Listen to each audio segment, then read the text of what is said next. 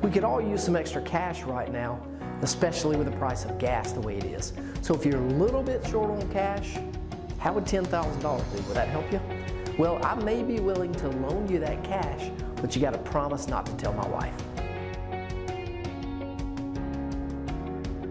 Before we jump into today's video, please make sure that you hit that subscribe button so YouTube will push this channel out to more folks like you.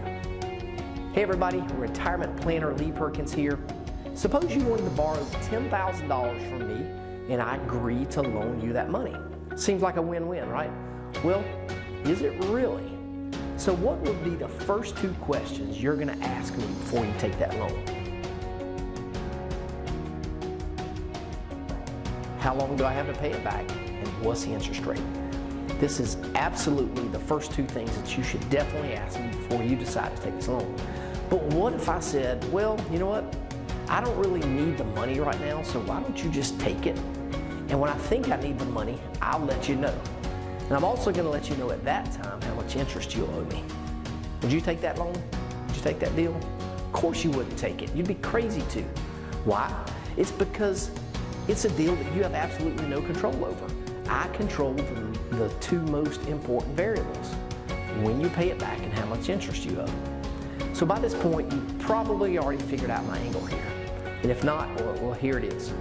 When you save money in a tax-deferred account, aren't you really doing the exact same thing? Think about it.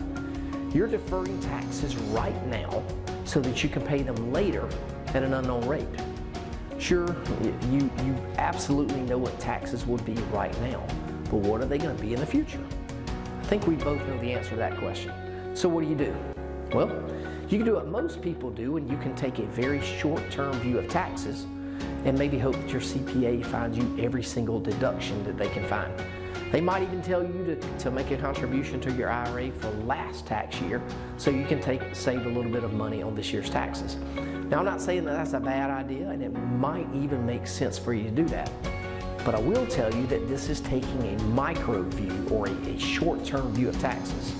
So I want to encourage you today to take a macro view or a long-term view on your tax situation going forward, because it's most likely going to get worse before it gets better.